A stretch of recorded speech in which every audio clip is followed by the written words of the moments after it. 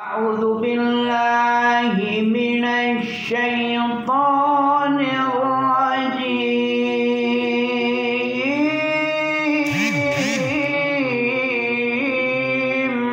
Nah, ya kan?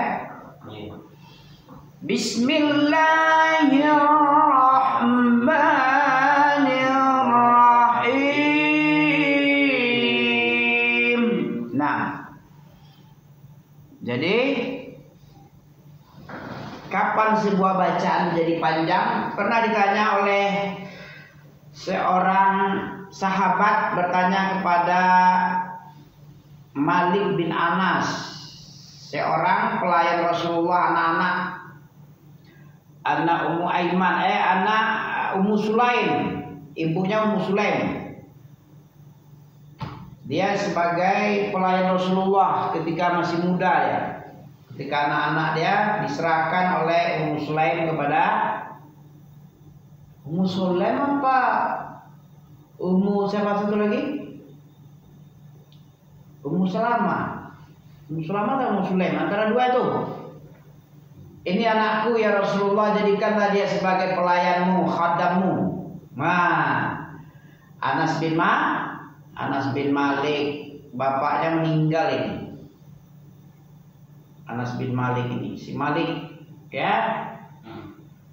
Ditanya oleh seseorang kepada Anas bin Malik, karena dia lama bersama Rasul 11 tahun nggak salah. 11 tahun bukan waktu sebentar ya. Iya. Sebagai pelayan Nabi, melayani keperluan Nabi, entah wuduknya, entah pokoknya bisa disuruh-suruh lah. Diserahkan oleh ibunya kepada Nabi, ya kan? Ditanyalah dia, bagaimana baca Nabi? Kaif qiraatul Nabi sallallahu alaihi wasallam? Kaif qiraat Rasulullah? Bagaimana cara Rasulullah ini membaca Quran? Apa jawab Anas bin Malik? Bagaimana cara Rasulullah membaca Quran? Bagaimana caranya? Karena Rasulullah SAW yaqra'ul Quran bimadda. Ya, Rasulullah membaca Al-Quran itu dengan panjang-panjang, ya, dengan memanjangkan bacaan. Yamuddu qiraatul Quran, qiraah Rasulullah sallallahu alaihi wasallam, qiraatul Quran Rasulullah sallam bimad. Dicontohkannya Bismillahirrahmanirrahim. Bismillah, lahnya itu yamuddu lah. Dia memanjangkan bacaan Allah. Kemudian yamuddu rahman, rahman. Yamuddu rahim. Dia memanjangkan him. Kan ada itu Bismillahirrahmanirrahim. Nah, kan semuanya dipanjangkan dah. Tiga itu aja yang panjangan. Berapa Bismillah itu berapa huruf itu? Bis 1, 2, mi 3, bi ismi, misalnya itu bi ismi, dengan nama Allah artinya. Bi ismi, ismu itu artinya nama. Bismillah, dengan nama Allah. Arti dengan itu apa tuh? Aku memulai bacaan Quran, aku mengharap pahala Quran, aku membaca Quran itu karena Allah, mengharapkan pahala, itu namanya Bismillah. Mana dalil tentang Bismillah ini? Kalau auzubillah apa baca? Apa perintah Allah tentang auzubillah?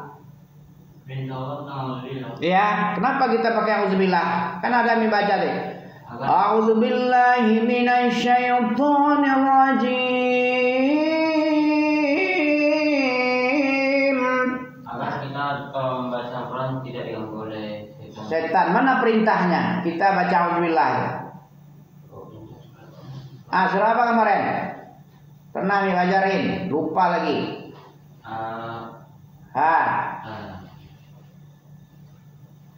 Kenapa kita auzubillah? Oh, karena saya suka auzubillah. Kayak gitu enggak bacanya, enggak? Enggak. Karena saya ya baca-baca gitu aja. Ada kayak gitu orang salaf ditanya.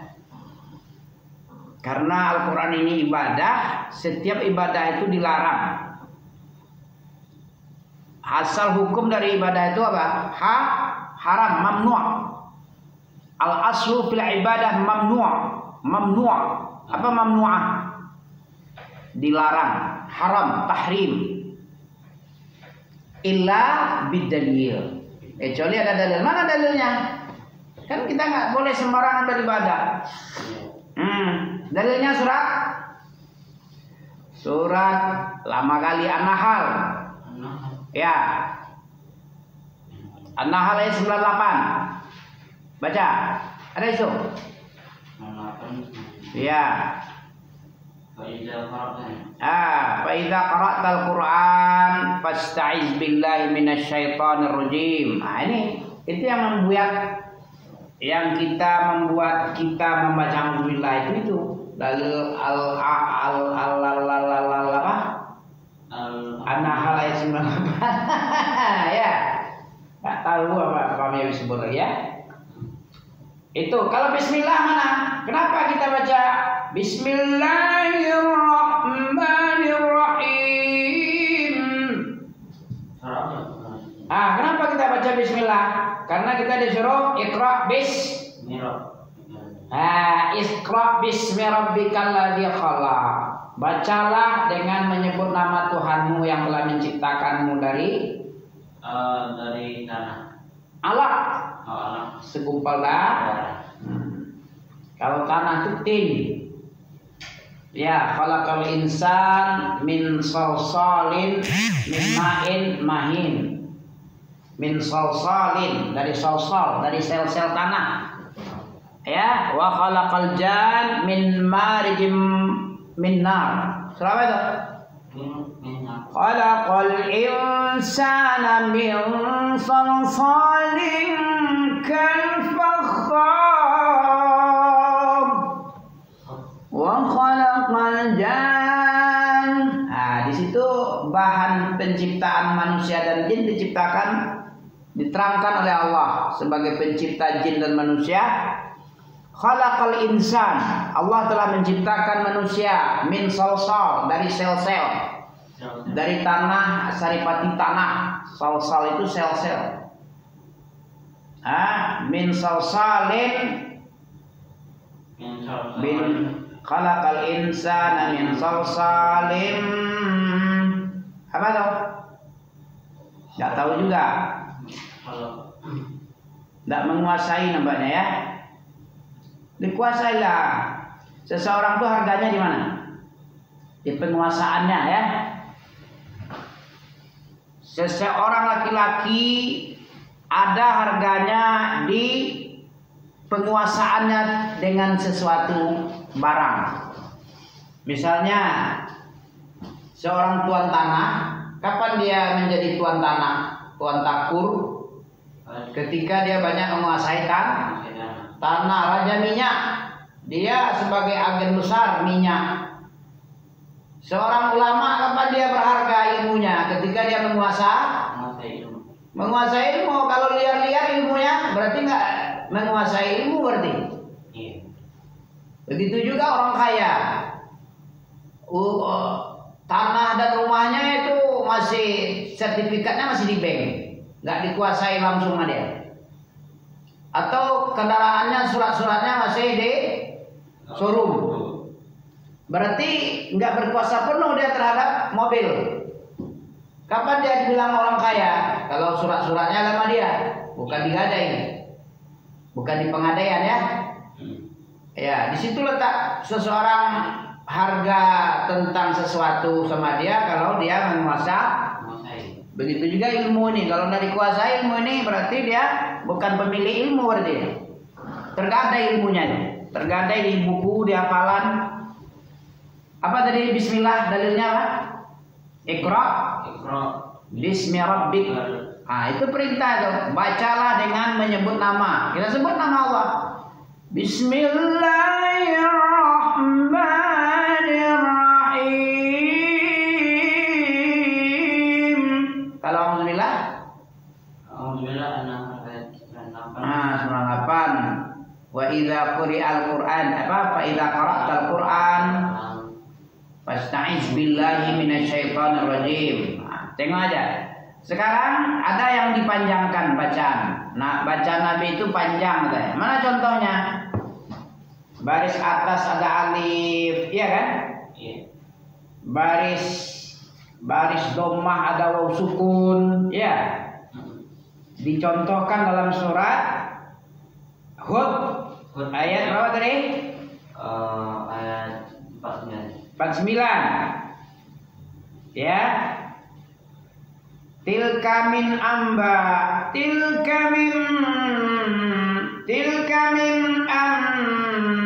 kenapa min a itu enggak boleh panjang, enggak guna ya. Tilka min amba'il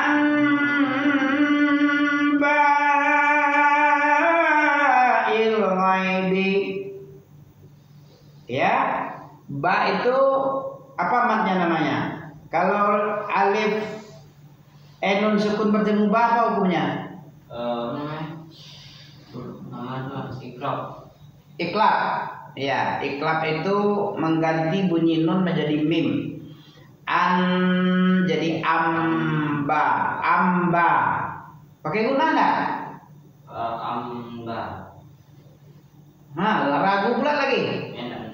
Enggak dikuasai nih. Berarti tergadai ilmunya nih. Ibarat surat-surat motor mobilnya masih tergadai di showroom, belum lunas bayarannya. Kalau udah lunas dikasih BPKB, ya kan? Karena belum lunas, belum bisa dikuasai, belum boleh dibawa-bawa pakai BPKB. Berarti milik orang itu. Suatu saat kalau kita melarikan mobil itu, dicari dengan bukunya, bisa ditangkap kamu maling mobil ya. Ini suratnya sama aku nih. Ini mobil aku nih ya. Bisa tercatat sebagai maling dia jadinya kan? Karena suratnya sama orang. Makanya pakai surat lah, dikuasai dengan suratnya langsung. Jadi apa tadi kata Anas bin Malik, yaqra'ul Quran qiraatul Nabi, qiraatul Quran Rasulullah sallallahu alaihi wasallam bimadda, dengan mad. Ya, dicontohkan bismillah. Jadi kalau di sini nuhiha. Ini pas kan? Ada waw mati tanda panjangnya. Kenapa dipanjangkan tadi? Karena ada baris. Karena huruf mat ada di situ. Ya, itu penyebabnya panjang itu karena ada huruf mat. Huruf mat itu waw sukun, ya sukun, alif sukun. Kalau ada yang sukun-sukun yang tiga ini, waw sukun, ya sukun, alif sukun. Ada yang sukun-sukun panjang. Kalau nggak ada yang sukun-sukun yang tiga tadi, waw sukun nggak ada, ya sukun nggak ada, alif sukun nggak ada. Panjang juga kah? Enggak. Jadi yang bikin panjang kalau ada yang tiga itu. Yang huruf sukun yang mati. Kenapa dibilang sukun tadi? Karena dia Kenapa dibilang huruf itu sukun? Karena nggak bunyi dia. Mati. Orang mati kan nggak bunyi lagi ya. Iya. Kalau ada barisnya waw itu wa ya. Baris atas wa, baris bawah wi, baris depan wu. Ini nggak ada barisnya. Apa bunyinya? Sukun dia. Sukun mati. Gimana bacanya? Memanjangkan huruf sebelumnya aja dia jadinya lagi. Iya. Dia nggak bunyi. Orang mati mana bisa bunyi? Sukun tuh mati artinya. Ya kan? Wow, mati nggak ada baris. Apa dibaca? Wih, tengok nih mulutnya nih. Wow itu gimana cara bacanya kalau dia mati? Dia bisa hidupnya kalau memanjangkan aja. Misalnya nun tadi baris koma, nu. Nggak boleh dibaca nu aja, tapi nu. Kalau dia mati, memanjangkan bacaan sebelumnya dia. Nuhiha tilka min amba'il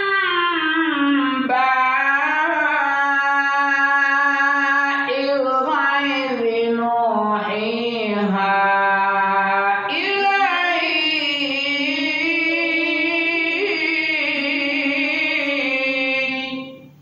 Coba kayak itu bisa. Hud 49. Tilka min anba'inu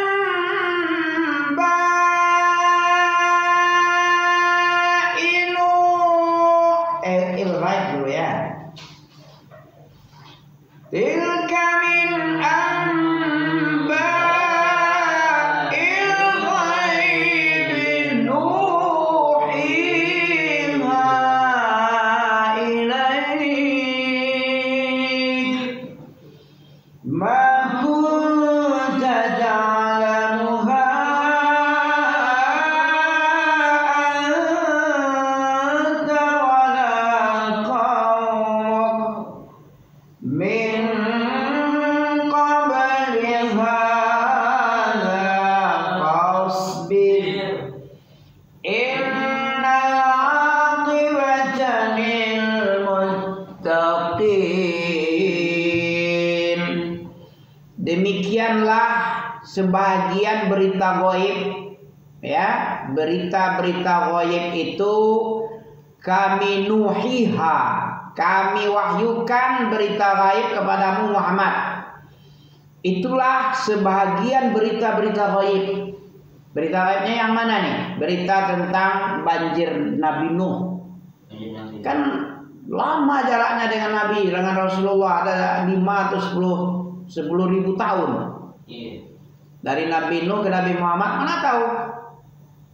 Lama itu jaraknya, tenggang waktunya. Ribuan, 5.000, dan 6.000, dan 7.000. Akan gaib itu, bukan di depan Nabi itu. Tapi seolah-olah banjir Nabi Nuh itu tergambar dalam bayangan Rasulullah. Ya. Karena Allah wahyukan nuhiha. Kami mewahyukan berita-berita gaib tentang kisah banjir bandang, banjir besar Nabi Nuh itu kepada engkau wahai Muhammad. Ma kunta ta'lamuha. Sebelumnya tidaklah kamu tahu tentang berita Nabi Nuh itu. Ma kunta, tidaklah keadaanmu ta'lamuha. Kamu tahu, enggak tahu kamu. Keadaanmu tak tahu. Kamu tak tahu sebenarnya. Kecuali ketika nuhiha. Ketika kami wahyukan ilaika. Anta wala qaumuk. Engkau dan kamu juga enggak tahu sebelum ini. Mana ada tahu kau Abu Jahal, Abu Lahab, mana tahu pula deh. Engkau Muhammad dan kaum-kaummu sebelum yang bersamamu juga enggak tahu. Kalau bukan kami wahyukan berita ini, cerita tentang Nabi Nuh ini, banjirnya ini, gak tahu kamu dan kaummu, wala qaumuka min qabl, sebelum ini, sebelum kami wahyukan hadza, ya, sebelum kami wahyukan berita ini, ya, fasbir. Oleh karenanya, untuk apa Nabi Allah memberikan cerita-cerita kepada Nabi? Agar apa? Agar Nabi hatinya menjadi kokoh. Karena bukan dia saja, bukan Rasulullah aja yang kena uji. Nabi-nabi sebelum Nabi Muhammad juga kena uji juga. Kena dustain. Kena kijang. Kena satu lagi apa? Kena kadal. Dikadal-kadali oleh kaumnya. Dikijang, dikadali, dibohongi, didustakan. Diingkarin.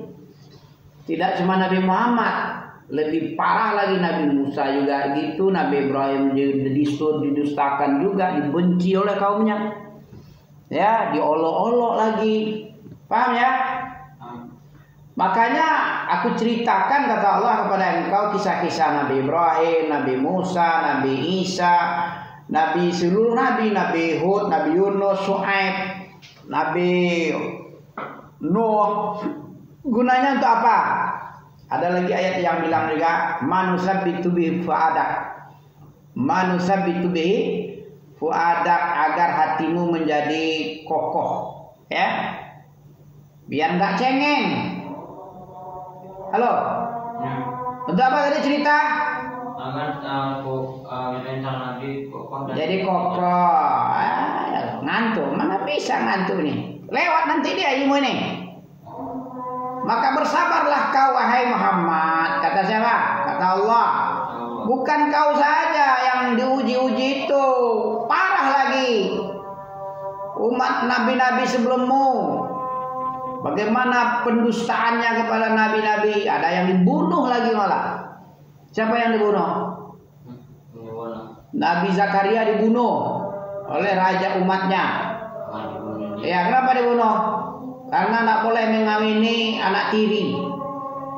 Ya, dia pengen menikahi anak tirinya, sementara agama melarang.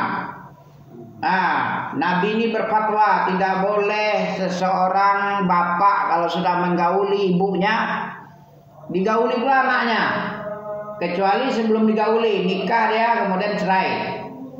Nah, itu baru boleh menikahi anak tiri. Dia pengen juga si raja tadi, aku cinta sama anaknya lagi ya, sama ibunya aku bosan. Ya, aku sama anaknya, tidak boleh, dibunuh. Itulah Nabi Zakaria dan Nabi Yahya, dibunuh. Ada lagi Nabi apa lagi yang dikejar-kejar, dibakar. Nabi Ibrahim dibakar dalam kobaran. Iyalah. Nabi Musa dikejar-kejar oleh Fir'aun. Ya, diceritakan semuanya. Nabi Soleh, Nabi Hud juga. Nabi Nuh juga dilempari dengan kotoran, dibilang, apa dah gila kau, makanya kau jangan bergaul sama orang rendahan ini, orang-orang kampung ini. Jadi gila kan, bikin kapal masa di gunung. Ku tengok kamu kena jin ini namanya. Karena bergaul sama orang bodoh, kau bodoh pula. Bagaimana kapal berlayar ke gunung? Kalau bikin kapal pinggir laut lah. Nggak tahu dia. Sebentar lagi banjir setinggi gunung, habis orang kafir itu semua. Didakwahi bandel 900 tahun. Nabi Nuh berdakwah, tambah lagi 50 lagi, 950. Tak juga dia. Nah, terkabullah doa Nabi Nuh. Ini orang ini tidak bakal beriman, apapun yang ngomongin sama dia ini cuma ikan aja. Udah gulung aja dengan air dia, air bah besar ya. Fir'aun pun gitu, tenggelamkan aja ya Allah, musnahkan semua harta bendanya. Tak ada gunanya dakwah ini, kurang ajar ini. Berapa kali dia janji-janji ya, mau beriman, mau menyerahkan Bani Israel kepada aku. Udah gulung aja semua dia. Dia tidak akan beriman kecuali kalau sudah melihat azab yang sangat pedih. Fir'aun beriman tak dia? Beriman. Kapan dia beriman?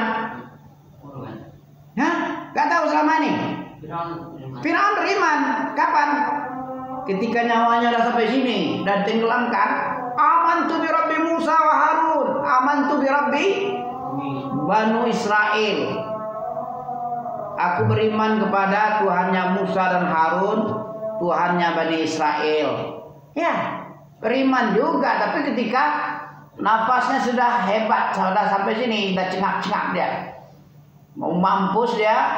Oh, sekarang kau mau beriman, wahai. Kemarin kemana kau, Mas? Kata malaikat capek nyabut nyawa. Kemana kau kemarin, Fir'aun? Hari gini baru beriman. Tulek kau. Tahu tulek? Bahasa Inggris itu tulek. Telat. Terlambat. Tulek. Lek itu kan lambat itu. Tulek terlambat. Terlambat kau. Tidak ada gunanya kau beriman ini. Dan nampak di kau Tuhan malaikat ya, azab yang pedih. Baru beriman kau. Tidak ada artinya. Ketika sebelum nampak lah, sebelum nampak aku kau, sebelum kau nampak bagaimana kasarnya aku mencabut nyawa kau tu, nggak apa-apa beriman, itu baru diterima imanmu. Tapi kalau sudah nampak aku mau mencabut, kau beriman, nah ini kurang ajar kau namanya ini. Tulek. Ya, begitu ya. Subhanakallah bihamdika asyhadu an la ilaha illa anta astaghfiruka wa atubu. Jadi nuhiha dipanjangkan karena ada huruf mat. Ketika ada yang sukun-sukun yang 3, dia gunanya pemanjang. Kalau dia sukun itu kan mati, nggak bunyi lagi. Dia hanya memanjangkan bacaan sebelumnya.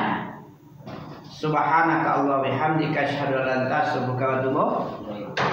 Sudah cukup ini, nggak ditambah lagi. Ya, 2 menit bisa. Coba baca lagi itu. Tilka min amba'il ghaib nuhiha ilaik ma kunta ta'lamuha anta wala qaumuka min qabl hadza fasbir. Apa innal aqibah? Sesungguhnya kesudahan akibat. Akibat itu kesudahan aja. Kesudahan yang baik sama siapa? Sama orang takwa. Apa orang takwa itu? Apa arti takwa? Semalam kan banyak ditanya takwa versi sederhana, versi sedang, versi komlot, apa namanya? Versi yang paling bagus, yang paling baik definisi takwa apa? Tolak bin Habib menolak cobaan yang sangat hebat, yang paling dahsyat. Cobaan Hajjaj bin Yusuf, pembunuh 120.000 sahabat. Ulama, sahabat, tabi'in habis sama dia. Dia bertanggung jawab Hajjaj. Saking hebatnya kedahsyatan pemimpin zalim satu ini. Diuji oleh Allah umat Islam ini dengan pemimpin yang haus darah. Tahu haus darah ya? Tukang bunuh. Ngomongnya itu pedang. Kalau kata pedangnya bunuh ya bunuh. Udah habisin. Disuruh tentaranya. Itu pemimpin dalam Islam. Tapi tidak dikafirkan oleh ulama Hasan al-Basri sama Tolak bin Habib. Walaupun pemuda-pemuda Khawarij, ya orang-orang yang tidak sabar, pengen minta fatwa dia. Tak boleh kamu lakukan itu. Dia pemerintah Muslim, dia masih sholat. Walaupun zalim 120.000 dibunuh, ya seenak-enaknya aja membunuh, jangan. Nah begitu Ahlussunnah mengajar, Nabi pun nyuruh ngajar itu. Ulama itu dia tidak mau memberontak karena dia ilmunya dalam tentang pemerintah Muslim. Orang Salafi tidak ada demo-demo, ya. Demo itu Khawarij pertama kali yang bikin itu, ya Yahudi. Terbunuhnya Utsman bin Affan gara-gara demo. Tahu demo? Kalau demo tengok yang semalam terjadi bulan Agustus malam ya, kacau negara kan, tahun 98 juga. Kalau sudah banyak masa begitu demo-demo itu tidak terkendali, banyak penyusup, apa lagi? Banyak pengacau, banyak punya kepentingan, nggak bisa dikendalikan. Makanya jangan dibikin. Sebenarnya haram demo tuh kalau orang Salafi haram. Nanti ketika rame sama dengan api, main api mau? Tahu main api? Kalau kecil dia teman, bisa dikendalikan kecil ya. Kalau udah besar, kita yang dibakarnya malah. Begitulah demo. Kalau masih kecil-kecil dia bisa. Islam tidak pernah mengajarkan demo. Demo itu haram. Kalau mau memperbaiki pemerintah itu dengan cara baik-baik. Kalau tidak mau dia baik-baik, sabar kita. Tahu sabar? Ya tidak keluar dari ketaatan. Kamu tolak fitnah Hajjaj bin Yusuf yang zalim ini dengan sabar. Ya kamu takwa, tolak dengan takwa. Takwa itu apa? Anta malah li taatillah. Engkau beramal itu untuk mentaati Allah, itu yang takwa. Demo diperintah oleh Allah enggak? Nah, berarti amalan kita bukan amalan takwa itu. Takwa itu anta malah li taatillah. Ala nurin min Allah. Dengan bimbingan Allah, cahaya Quran Sunnah. Kita mentaati Allah dengan ada Quran dalil. Tarju sawaballah. Kita mengharapkan pahala. Demo itu mengharapkan pahala apa mengharapkan dosa?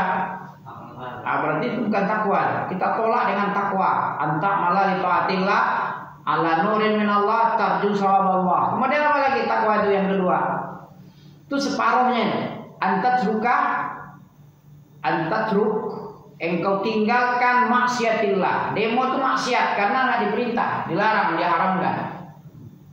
Kamu tinggalkan maksiat, diantaranya menggunjing, mencerca, apalagi melempar.